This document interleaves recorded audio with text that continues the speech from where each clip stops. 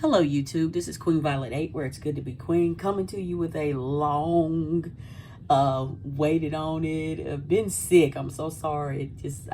Time got away from y'all. I've been sick, strep and COVID, and something called the crud is going around, and I had strep and the crud, and it's been taking me a minute to shake this stuff. As you can tell, I'm still kind of congested and all. My throat ain't great, but I'm gonna get this video done.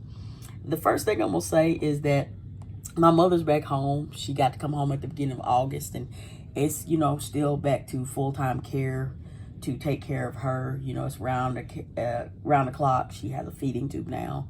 We're on a schedule of trying to get things done. So if you see these videos stretch further and further out, that's what it is. Just trying to take care of her and everything. But if you wanted praise, pray for her and pray for me. But let's go ahead and get started. I picked up one game this month.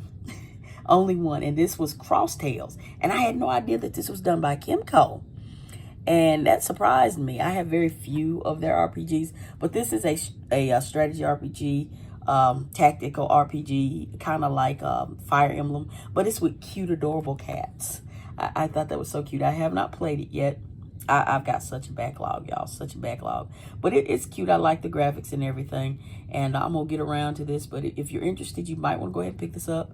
When I ordered this, there were like 2 left. So, those Kemco RPGs, they don't release them like they usually do. Like, I think Blacksmith of Sand Kingdom is really hard to find now. Even though I downloaded it, I couldn't find a physical. But pick them up if you're interested. And I'm going to go ahead and get on my books. And first thing I'm going to tell you is I'm still reading The Stand by Stephen King, pardon me. And I'm on page 409. I only read like 200 some pages from the time that y'all saw me.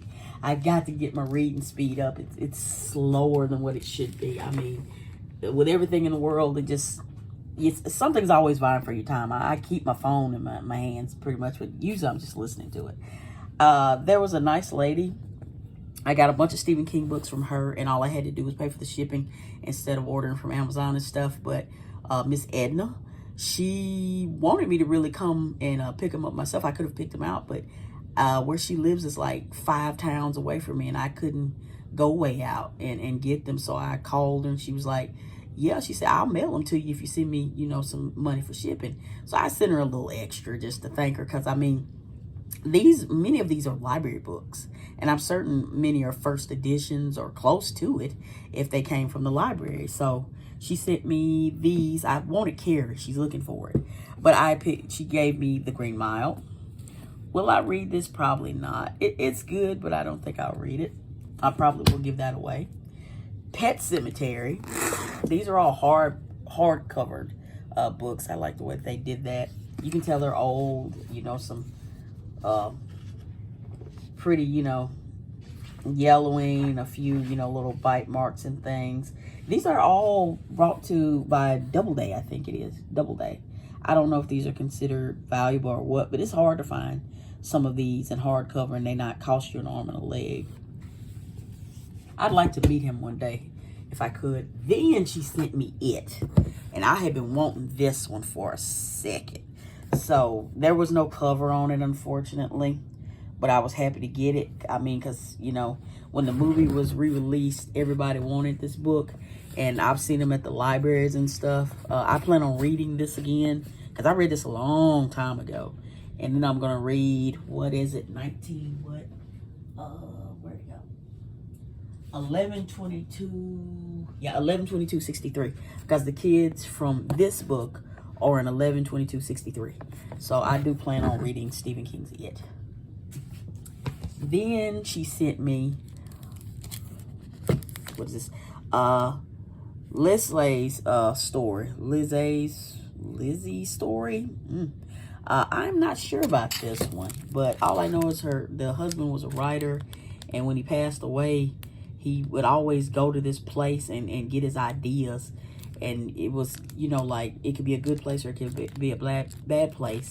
It was like a mental trip. You could go in and he could be inspired by many things, and you had to pretty much, weigh your options. Pretty much, I haven't read this one yet either. Then she sent me Nightmares and Dreamscapes. This is a hardcover version. You can tell this is old. But still, you know, a book is a book, dadgummit. I'm just happy to have it. But I'll get to that once I finish The Stand. I said I was starting Dune, and I've been on that to start. Then I heard about this from a YouTuber. I can't think of his name. I have to think about it next time. I should have wrote it down. This is Sandman Slim. And I like this little R rating thing. It says rated R for, let me read this out real quick. I hate not being able to see. I ain't got my glasses on. I got contacts on. For, what is it? Just a minute. I can't see.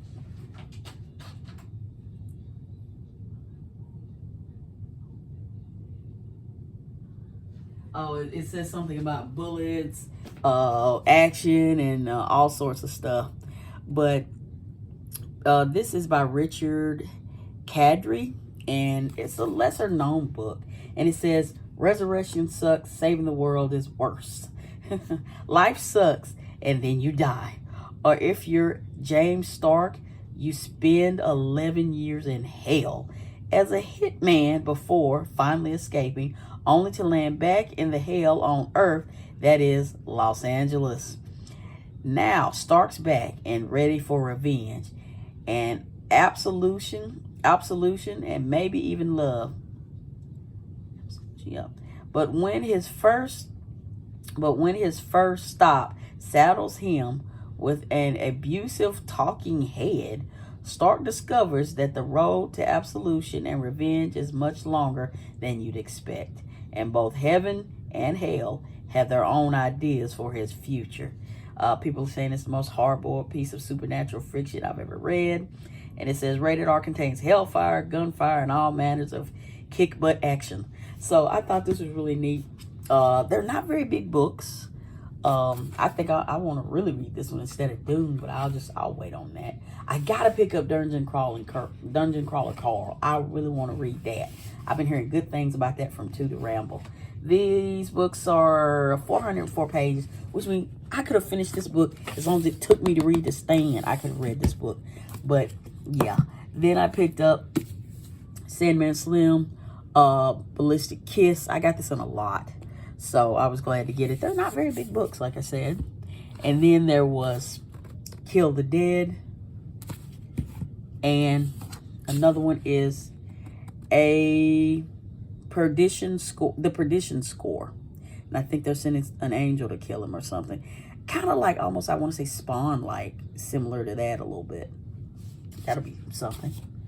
Then I also got Stephen King's Firestarter hardcover. I think this is the first edition. Happy to have this. I miss the old covers on books. Book covers back in the 90s and 80s were some of the best covers, and even the late 70s had some of the most interesting covers. Now the covers are so generic. It just don't make no sense to me, but I'm looking forward to reading this. I've been wanting to read this for a while. I've seen the movie. Then I got, I don't see it. Well, oh well. Then I got this book, another free book from the library. This is Robert Silverberg's Sorcerers of Madripoor. This is a magnificent epic in the Madripoor cycle. I've never read any of his work. His is a lot of science fiction, and I think it's going to be pretty interesting. I thought I had Christine. I guess I don't. I thought I did. I could have sworn she sent me Christine. Now I don't see it. Am I not looking for it? I'm sorry, y'all. Give me 1 second. I need to see something. No, I guess she didn't send it to me. I thought she did. Huh. I guess I was just wishful thinking, I reckon. But that is my haul, y'all. Y'all let me know, what are you reading? What are y'all playing? What games are you playing? What games do you suggest that I haven't played? And I probably need to if I can even find time.